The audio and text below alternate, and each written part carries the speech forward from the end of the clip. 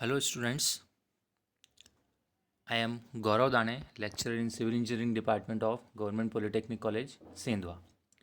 आज मैं आप सभी के साथ सिविल इंजीनियरिंग डिप्लोमा के थर्ड ईयर 6 सेमेस्टर का एक बहुत ही महत्वपूर्ण सिविल इंजीनियरिंग का subject quantity serving and costing 2 की वीडियो सीरीज़ का पहला लेक्चर शेयर करने जा रहा हूँ। सबसे पहले मैं आपके साथ एक बार सिलेबस रिवाइज कर लेता हूँ, जो कि डिटेल में आपके पास होगा। आप उसे ज़रूर साथ में रखें या एक बार देख लें उसे सिलेबस को भी। सबसे पहली यूनिट है हमारी इसमें एस्टीमेट ऑफ आरसीसी स्ट्रक्चर, जिसमें बहुत सारे छोटे छोटे टॉपिक्स हैं। उसमें से हम काफ़ी टॉपिक्स या पहली यूनिट पूरी कवर भी कर चुके हैं। दूसरी यूनिट है हमारी एस्टीमेट ऑफ स्टील या टिम्बर स्ट्रक्चर। तीसरी यूनिट है एस्टीमेट ऑफ कल्वर्ट्स एंड ब्रिजेस। चौथी यूनिट है estimate of water supply and sanitary fittings. और फिफ्थ यूनिट है इसमें हमारी वैल्यूएशन एंड रेंट फिक्सेशन। इस वीडियो सीरीज़ के फर्स्ट पार्ट में मैं अभी last unit valuation and rent fixation he start करने वाला हूँ। आसान यूनिट है, काफ़ी थ्योरेटिकल है, कुछ छोटे मोटे न्यूमेरिकल्स भी हैं जिन्हें मैं आगे के लेक्चर्स में आपके साथ शेयर करूँगा। सबसे पहले इस वीडियो लेक्चर के कुछ लर्निंग आउटकम्स होते हैं। लर्निंग आउटकम्स का मतलब क्या होता है कि इस वीडियो को अच्छे से पूरा देखने के बाद स्टूडेंट्स क्या सीख पाएंगे, उनको मैंने 4 पॉइंट्स में यहाँ पे लिखा हुआ है। पहला, वैल्यूएशन को डिफाइन करना, वैल्यूएशन को परिभाषित करना। दूसरा, वैल्यूएशन का पर्पस क्या है, उद्देश्य क्या है, क्या महत्व है वैल्यूएशन का सिविल इंजीनियरिंग में। तीसरा लर्निंग आउटकम है कॉस्ट, प्राइस एवं वैल्यू, इन तीनों टर्म्स को समझना एवं तीनों में अंतर स्पष्ट करना। Last, different types of value को परिभाषित करना। तो ये 4 लर्निंग आउटकम्स हैं हमारे इस वीडियो सीरीज़ के पार्ट 1 के। ऊपर आप ध्यान से देख लीजिए, यूनिट 5 थी हमारी वैल्यूएशन एंड रेंट फिक्सेशन। उसी को मैं इस पार्ट 1 सीरीज़ में स्टार्ट करने जा रहा हूँ। सबसे पहले हमें डेफिनेशन सीखनी है वैल्यूएशन की। ध्यान से आप लोग देखें, वैल्यूएशन का सबसे पहले मैंने शाब्दिक अर्थ लिखा हुआ है, किसी भी वस्तु का मूल्य निर्धारण। अब ये वस्तु एक छोटा आपका पेन भी हो सकती है, कॉपी हो सकती है, आपकी रोज़मर्रा की लाइफ में उपयोग में लाई जाने वाली कोई सी भी चीज़ हो सकती है। सिविल इंजीनियरिंग की एक बिल्डिंग हो सकती है, बिल्डिंग बनाने के लिए लगने वाले materials cement, sand, aggregate, steel, उनका वैल्यू हो सकता है। तो एक छोटे से शब्दों में वैल्यूएशन को हम क्या कहेंगे, किसी भी वस्तु का मूल्य निर्धारण। लेकिन अब एग्ज़ाम में तो हमें थोड़ी सी अच्छी डेफिनेशन लिखनी पड़ेगी, थोड़ी एलेबोरेट करके। तो उसके लिए मैंने कुछ डेफिनेशन लिखी है, मैं उसे रीड कर देता हूँ, फिर आपको समझाता हूँ। ध्यान से आप सभी लोग सुने। Valuation is technique of determining the fair price of property of any structure. मैंने सिविल इंजीनियरिंग की टर्म्स में लिखा है, इसलिए यहाँ पे स्ट्रक्चर वर्ड यूज़ किया है। The value of the property depends on it's structural life, maintenance, location, etcetera. Hindi में अगर मैं आप इसको समझाऊं तो स्ट्रक्चर की फेयर वैल्यू, फेयर प्राइस को ही हम वैल्यूएशन कहेंगे। उसकी वैल्यू को निकालने की प्रक्रिया को हम वैल्यूएशन कहेंगे। आप ऐसा भी समझ सकते हैं इसको। अब किसी भी प्रॉपर्टी की वैल्यू डिपेंड करेगी उसको आपने कैसे बनाया है, तो इसलिए मैंने लिखा हुआ डिपेंड्स ऑन इट्स स्ट्रक्चर। आपने उसको फ्रेम्ड स्ट्रक्चर बनाया है, आपने उसको आरसीसी स्ट्रक्चर बनाया है, आपने उसको स्टील स्ट्रक्चर बनाया है, कैसा बनाया है उस पर डिपेंड करेगा। उस स्ट्रक्चर की लाइफ पे डिपेंड करेगा। कोई स्ट्रक्चर आप 50 साल तक चलता है, कोई 10 साल तक चलेगा, कोई 20 साल तक चलेगा, कोई कुछ महीने तक चलेगा। उसमें लगने वाले मरम्मत के लिए लगने वाला पैसा उस पर भी डिपेंड करेगा। और वो कहाँ पे बनाया है, आपने इंदौर में कोई स्ट्रक्चर बनाया है, आपने सेंधवा में कोई स्ट्रक्चर बनाया है, आपने मुंबई में कोई स्ट्रक्चर बनाया है, दिल्ली में स्ट्रक्चर बनाया है, तो हर जगह उस स्ट्रक्चर का मूल्य अलग अलग होगा। तो ये वैल्यूएशन की एक परिभाषा हो गई जिसे आप परीक्षा में लिख सकते हैं। आप अपने वर्ड्स में भी इसे लिख सकते हैं हिंदी में। अगला टॉपिक है अपना नेसेसिटी ऑफ वैल्यूएशन। वैल्यूएशन की क्या आवश्यकता है, उद्देश्य क्या है वैल्यूएशन का। तो ध्यान से देखें, इसमें कुछ 5 मेन पर्पस लिखे हैं मैंने वैल्यूएशन के। सबसे पहला लिखा है when it is required to buy and sell a property. किसी भी प्रॉपर्टी को आपको खरीदना या बेचना हो तो सबसे पहले आपको उसका मूल्य का अंदाज़ा होना चाहिए। दूसरा, to assess the tax of a property. उस प्रॉपर्टी पे कितना ब्याज लग सकता है हमें उसके बारे में हमें आइडिया होना चाहिए, कितना ऋण लग सकता है वो आइडिया होना चाहिए। तीसरा, मान लीजिए आपका एक घर बनाया है, उसमें से कुछ पोर्शन आपको किराए से देना है, तो सबसे पहले आपको निकालना पड़ेगा। कैसे आप डिसाइड करोगे कि मैं इस पर्टिकुलर रूम का 1 रूम किचन है मेरा, 2 रूम किचन है, उसका 3,000 रुपये लूँगा, 4,000 रुपये लूँगा। तो आपको सबसे पहले उसका वैल्यूएशन करना पड़ता है। आपको आपकी किसी प्रॉपर्टी पे लोन चाहिए, मार्केट से आपको पैसा उठाना है, तो आपको उस प्रॉपर्टी का वैल्यूएशन पता होना चाहिए। 4th पॉइंट इसलिए लिखा है मैंने, for getting loan on a property. 5th point लिखा है it is also required for insurance. आपको पता होगा आप अपनी गाड़ी का इंश्योरेंस कराते हैं, अपना खुद का मेडिकल इंश्योरेंस कराते हैं, तो वैसे ही किसी भी प्रॉपर्टी का भी इंश्योरेंस कराया जाता है। लेकिन उसके पहले आपको पता होना चाहिए उस प्रॉपर्टी की कीमत कितनी है, मूल्य कितना है। इसलिए 5वां पॉइंट लिखा गया है it is also required for insurance etcetera. अब अगला टॉपिक है हमारा कॉस्ट, प्राइस एवं वैल्यू क्या होता है और उनमें अंतर समझना। तो ध्यान से देखें आप लोग, सबसे पहला पॉइंट है हमारा प्राइस। तो इसको हम कैसे डिफाइन करेंगे, प्राइस इज़ व्हाट यू पे फॉर गुड्स और सर्विसेज यू एक्वायर। कोई भी चीज़ आप खरीदने जा रहे हैं मतलब गुड्स लेने जा रहे हैं, कोई भी सर्विसेज आप लेने जा रहे हैं, तो उसके लिए आप किसी भी सामने वाले को जितना पैसा देंगे वो बोला जाता है उस चीज़ की price.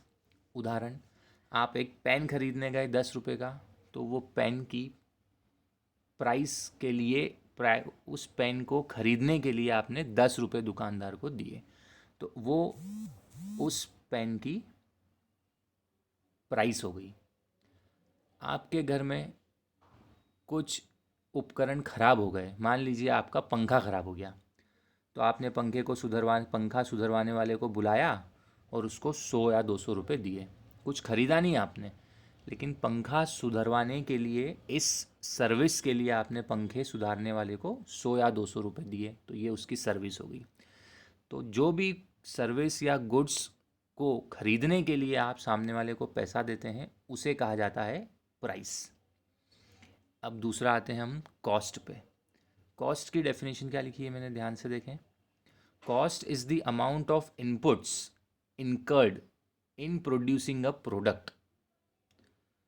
Amount of inputs incurred का मतलब है किसी भी प्रोडक्ट को बनाने के लिए आपने कितना काम किया है। जैसे एक पेन बनाना है, तो पेन बनाने के लिए आपको पेन का ढक्कन, पेन की रिफ़िल, पेन का बाहरी जो ढांचा है, वो सब बनाने के लिए कुछ कंपनीज़ में वो बना होगा, तो वहाँ पे उसको कुछ पैसे इनपुट देने पड़े होंगे, पैसा देना पड़ा होगा। तो वो सारी जो चीज़ें होती है एक पेन बनाने के लिए, तो उस चीज़ को बोला जाएगा उसकी कॉस्ट। जैसे सिविल इंजीनियरिंग की मैं बात करूँ तो बिल्डिंग बनाना है, बिल्डिंग बनाने के लिए हमको क्या क्या आवश्यकताएं रखती है ये आप सभी लोग सोच सकते हैं। कितना खर्चा करना पड़ता है बिल्डिंग एक बनाने के लिए, वो हो गई उसकी कॉस्ट। लेकिन जब कोई एक बिल्डिंग बना के बेचेगा तो जितने में उसने वो बिल्डिंग बनाई है वो उतने में तो बेचेगा नहीं, थोड़ा सा वो मुनाफा कमाएगा। तो जब वो बेचेगा तो मैं बोलूँगा कि वो उसकी वैल्यू हो गई। लेकिन जब आपने वो बिल्डिंग बनाई थी तो आपके लिए वो क्या हो गया, उसकी कॉस्ट हो गई। ध्यान से इसको फिर से सुनिएगा बार बार, तब जाके आपको शायद प्राइस और कॉस्ट का डिफरेंस समझ में आएगा। तीसरी डेफिनेशन पे आते हैं हम, value. Value is what goods और सर्विसेज पे यू, दैट इज वर्थ। ध्यान से समझें इस डेफिनेशन को। आपने एक पेन खरीद लिया या आपने एक पंखा सुधरवा लिया, उससे आपको क्या फ़ायदा हुआ, वो उस पर्टिकुलर गुड्स या सर्विसेज की वैल्यू हो गई, दैट इज़ वर्थ। आज आप एक पेन खरीदेंगे तो उस पेन से आप कितने पेजेस लिख सकते हैं वो आप ही जानते हैं, वो उसकी वैल्यू हो गई। अब पैसों के टर्म्स में अगर मैं बात करूं तो जब आप वो पेन फिर से किसी को बेचने जाओगे तो हो सकता है वो पेन, यूज़ किया हुआ पेन आपका 4 या 5 रुपये में ही कोई ख़रीदे या कोई ना भी ख़रीदे। लेकिन अपन उदाहरण के तौर पे अगर लें कि जो पेन आपने, कंपनी ने 8 रुपये में बनाया था, उसकी कॉस्ट हो गई, लेकिन दुकानदार ने उसको 10 रुपये में बेचा तो वो उसका प्राइस हो गया। लेकिन उसको आपने यूज़ कर लिया तो वो आपकी वैल्यू है। लेकिन पैसे के टर्म्स में अगर हम बात करें तो मान लो आप उसी पेन को फिर से बेचते हैं तो वो शायद से 2 या 3 रुपये में ही कोई ख़रीदेगा। तो अब उसकी वैल्यू कितनी हो गई, सिर्फ 2 रुपये हो गई। इसलिए मैंने ऐसा लिखा है, वैल्यू इज़ वॉट गुड्स और सर्विसेज पे यू, दैट इज़ वर्थ कितनी है उसकी, आज उसकी वर्थ कितनी है। सिविल इंजीनियरिंग की एक बिल्डिंग का अगर मैं उदाहरण लूँ, एक ठेकेदार का एग्जांपल लेता हूँ। एक ठेकेदार ने एक बिल्डिंग बनाई, उसके लिए उसको जितना भी खर्चा लगा वो बोलना चाहिए कि वो उसकी कॉस्ट थी। जब उस ठेकेदार से आपने उस बिल्डिंग को ख़रीदा तो मान लीजिए वो उसका प्राइस हो गया आपके लिए। अब उस बिल्डिंग को कुछ समय बाद जब आपने बेचा तो वो उसकी वैल्यू हो गई। हो सकता है वैल्यू ज़्यादा भी हो और कम भी हो सकता है उस बिल्डिंग की कॉस्ट प्राइस से ज़्यादा भी हो या कम भी हो। भाई जब ठेकेदार ने बिल्डिंग बनाई थी, देखते देखते उसके आसपास के एरिया का इतना डेवलपमेंट हो गया कि उसकी बिल्डिंग की कीमत कॉस्ट से डबल हो गई, तो उसको डबल मुनाफा हो गया जब आप ख़रीदोगे उसको उस प्राइस पे। कुछ समय बाद जब आपने उस बिल्डिंग को बेचना चाहा तो वहाँ पे और डेवलपमेंट हो गया, तो आपकी उस बिल्डिंग की वैल्यू जितने में आपने ख़रीदी थी प्राइस वैल्यू पे, उससे डबल हो गई। या इसका उल्टा केस भी हो सकता है, जब वो ठेकेदार ने वो बिल्डिंग बनाई, कुछ समय बाद उस आसपास के एरिया का बहुत डिग्रेडेशन हो गया, कुछ बुरी खबर आ गई, तो उस ठेकेदार को आपकी वो बिल्डिंग जितने में उसने बनाई थी उससे कम में बेचनी पड़ी, तो कॉस्ट से प्राइस कम हो गया। आपने सोचा था इससे नीचे क्या जाएगा, आपने बिल्डिंग खरीद ली। कुछ समय बाद वहाँ पे और कुछ गड़बड़ हो गई उस एरिया में, तो उस बिल्डिंग की वैल्यू और गिर गई। तो अब आप अगर मार्केट में उस बिल्डिंग को बेचने गए तो आपको और कम मूल्य वसूल हुआ, तो प्राइस वैल्यू से ज़्यादा रहा, वैल्यू आपकी फिर से कम हो गई। तो दोनों तरफ हो सकता है, एक दूसरे से कम भी हो सकते हैं और एक दूसरे से ज़्यादा भी हो सकते हैं। इसको ध्यान से समझिएगा आप सभी लोग। अगले टॉपिक पे आते हैं हम, टाइप्स ऑफ वैल्यू। इस यूनिट में कुछ इम्पोर्टेंट टाइप्स ऑफ वैल्यू होती है, जिसमें सबसे पहला है बुक वैल्यू। किसी भी एसेट की, पहले मैं डेफिनेशन पढ़ देता हूँ। The book value of an asset is its original purchase cost adjusted for any subsequent changes such as for impairment और डेप्रिसिएशन। कोई भी वस्तु आपने खरीदी, एसेट मतलब आप एक वस्तु समझ लीजिए जिससे आपको होने वाला है कोई मुनाफा। तो किसी भी एसेट की बुक वैल्यू क्या होगी, उसकी ओरिजिनल परचेस कॉस्ट। जिस दिन आपने उसको खरीदा उस दिन उस बोला जाएगा कि उसकी ये बुक वैल्यू थी। कुछ समय बाद आप अगर उसकी बुक वैल्यू निकालना चाहेंगे तो आपको देखना पड़ेगा उस पर्टिकुलर एसेट की कुछ समय बाद वैल्यू अगर बढ़ गई है तो बुक वैल्यू भी बढ़ जाएगी, अगर वैल्यू कम हो गई है तो बुक वैल्यू भी कम हो जाएगी। डिप्रिसिएशन एक बहुत इंपॉर्टेंट टर्म है जिसे हम आगे की वीडियो लेक्चर्स में अच्छे से समझेंगे। अभी के लिए आप इस डेफिनेशन को समझने का प्रयास करें। दूसरी डेफिनेशन है हमारी market value. Market value is the price that could be obtained by selling an asset on a competitive और ओपन मार्केट। मार्केट वैल्यू एक वो मूल्य है जो कि आपको मिलेगा जब आपके पास जो खरीदी हुई चीज़ है उसको आप मार्केट में बेचने जाओगे। हो सकता है वो चीज़ आप ओपन मार्केट में बेचो, कॉम्पिटिटिव मार्केट में बेचो, या जो खरीदार आपको पसंद आए आप उसी को बेचो। ये आप लोगों पे डिपेंड करता है। इसीलिए इस चीज़ को बोला गया है मार्केट वैल्यू। बुक वैल्यू और मार्केट वैल्यू में डिफरेंस ज़रूर समझिएगा आप लोग। बार बार इस दोनों डेफिनेशंस को सुनिएगा, बुक्स में भी थोड़ा सा पढ़िएगा। BN दत्ता बुक है अपनी QSC2 की, उसमें भी अलग अलग डेफिनेशन दी हुई है, वहाँ से भी आप लोग सभी लोग पढ़ना। हिंदी इंग्लिश दोनों में पढ़ना, गूगल से भी आप लोग पढ़ सकते हो तो आपको और ज़्यादा अच्छे से समझ में आएगा। एग्जाम्पल लिखा है मैंने एक आपको समझाने के लिए।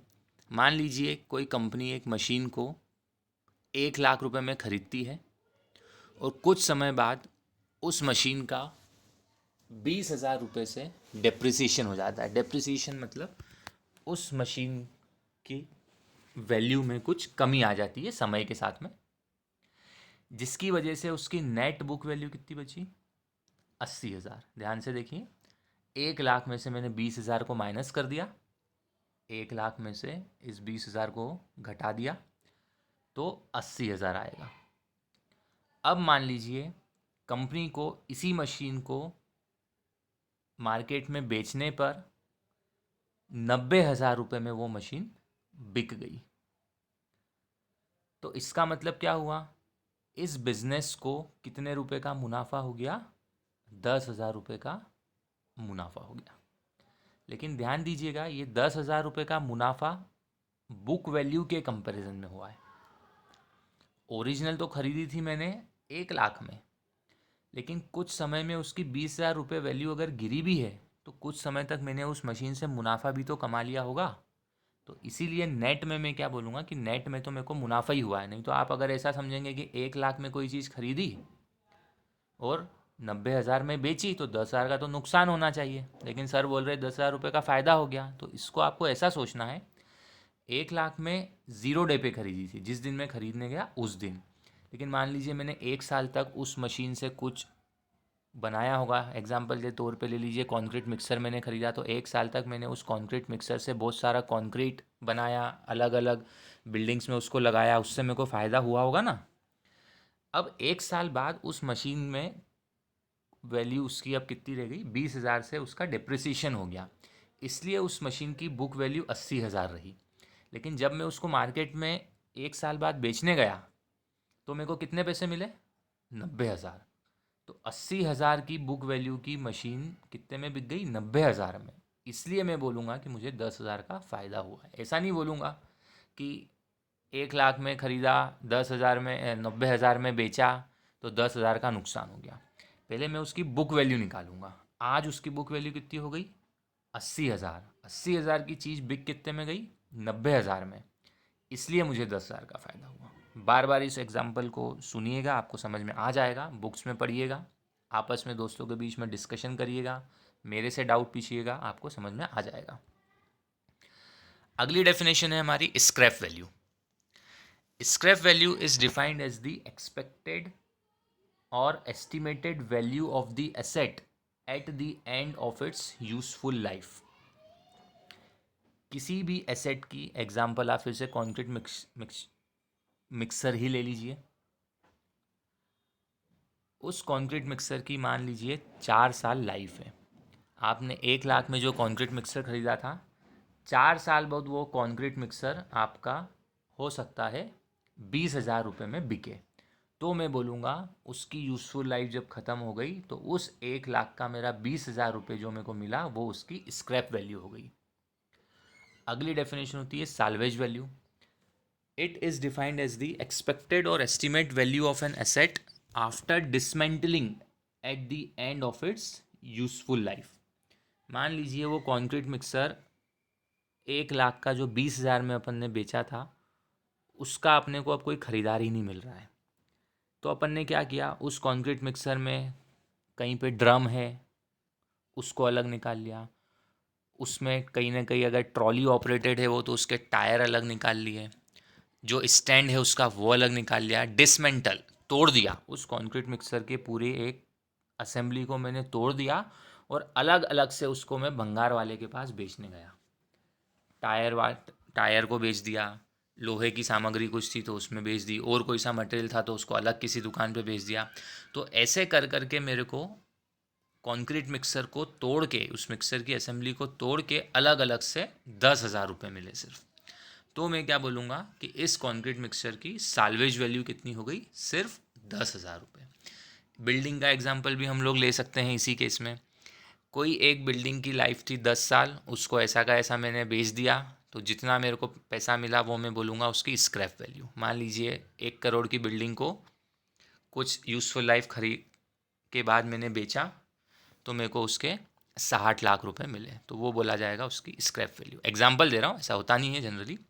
लेकिन मान लीजिए उस बिल्डिंग का कोई मेरे को ख़रीदार मिला ही नहीं, तो मैंने क्या किया, उस बिल्डिंग को तोड़ूंगा तो मेरे को उसमें से कंक्रीट मिलेगा, ब्रिक्स के टुकड़े मिलेंगे, स्टील मिलेगा, अलग अलग और भी कुछ मटेरियल हो सकते हैं, लाइट फिटिंग्स के हो सकते हैं, तार हो सकते हैं. तो इन सबको मैंने अलग अलग इकट्ठा करके बेचा. तो सबको अलग अलग इकट्ठा करके जब मैंने बेचा तो मेरे को मान लीजिए आप 50 लाख रुपए मिले. स्टील की दुकान पे भेजा, ब्रिक्स तो ऐसे कोई ख़रीदता नहीं है, लेकिन जो भी डिसमेंटलिंग प्रोडक्ट्स होते हैं, वेस्ट प्रोडक्ट्स को नगर निगम खरीदती है, बहुत सारी जगहों पे और भी दूसरी ऑर्गेनाइजेशंस खरीदती हैं. उनको जब मैंने बेचा अलग अलग तोड़ के, तो मेरे को कुछ मुनाफा मिला या कुछ पैसा मिला, मान लीजिए 30-40 लाख रुपए मिले, तो वो बोला जाएगा साल्वेज वैल्यू. औखी की औखी किसी चीज़ को बेचना तो स्क्रैप वैल्यू, उसके असेंबली को तोड़ के बेचना तो साल्वेज वैल्यू. सिंपल परिभाषा समझने के लिए, एग्ज़ाम में लिखने के लिए लिखी हुई है. आप और BN दत्ता बुक से इसको पढ़िए, समझिए, गूगल सर्च करें और अच्छे से अपने नोट्स बनाएं एग्ज़ाम के हिसाब से. अब आज जो हमें पढ़ना था वो मैंने देख लिया, बता दिया आपको. अब असाइनमेंट के जो क्वेश्चंस दिए हैं मैंने आपको एग्ज़ाम के पॉइंट ऑफ व्यू से मैंने निकाले हैं, कौन से क्वेश्चन आपको कितने मार्क्स के लिए प्रिपेयर करने हैं. इसको थोड़ा सा ध्यान दीजिएगा. क्वेश्चन तो 4 ही हैं. वैल्यूएशन को डिफाइन करना है 2 मार्क्स, नेसेसिटी ऑफ वैल्यूएशन लिखना है 5 मार्क्स, कॉस्ट प्राइस और वैल्यू को एग्जाम्पल के साथ समझाना है 3 मार्क्स, वैल्यू को क्लासीफाई और उनको डिफाइन करना है 4 मार्क्स. लेकिन इसको आप ध्यान दीजिएगा, आपको एक अलग से कॉपी बनानी है और उसमें जो जो मैं असाइनमेंट देते जा रहा हूँ वो कंप्लीट करते जाना है. इसी को आप आपकी असाइनमेंट मानिएगा और इसी से मैं आपकी अटेंडेंस भी मानूंगा. आपको सभी को पूरा लेक्चर इसको देखना है, समझना है, अलग अलग बुक से पढ़ना है, BN दत्ता से पढ़ना है, गूगल पे पढ़ना है, दोस्तों से डिस्कस करना है, मेरे से डाउट पूछ के एक अलग से कॉपी बनाते हुए ये चारों क्वेश्चन डेट वाइज, जैसे आज मैं लेक्चर आपको अपलोड करके दूंगा तो आप जितनी जल्दी समय निकाल सकें आपका देखें, डेट लिखें कि हमने ये असाइनमेंट कब कंप्लीट किया. इसके बाद बहुत सारे लेक्चर्स में डालूंगा, तो ऐसे आपको पूरा कंप्लीट करते जाना है. उसी के बेसिस पे आपका अटेंडेंस रिकॉर्ड होगा आगे जब भी हमें ज़रूरत पड़ेगी. असाइनमेंट के मार्क्स भी आपको उसी हिसाब से दिए जाएंगे. तो ये असाइनमेंट को सभी बच्चों को इंडिविजुअली अपनी अलग से एक कॉपी बनाना है अपनी अपनी, और उसमें अपने घर बैठे बैठे लिखना है. फ़ोन पे आप अपने दोस्तों से डिस्कस करें, बुक आपके पास होगी, अगर बुक नहीं है तो मोबाइल सबके पास है, गूगल पे सर्च करें. कोई बहाना नहीं चलेगा कि ये नहीं था वो नहीं था, करना ही करना है, ऐसे ही पढ़ाई करना है अभी हम लोगों को कुछ दिनों तक. डाउट्स के लिए मेरा नंबर हमेशा आपके पास है, व्हाट्सएप पे आप करिए, फ़ोन लगाइए. चलिए ठीक है, इसके आगे अपन अगला वीडियो में जैसे ही बनाता हूँ आपके साथ शेयर करूँगा. Thank you.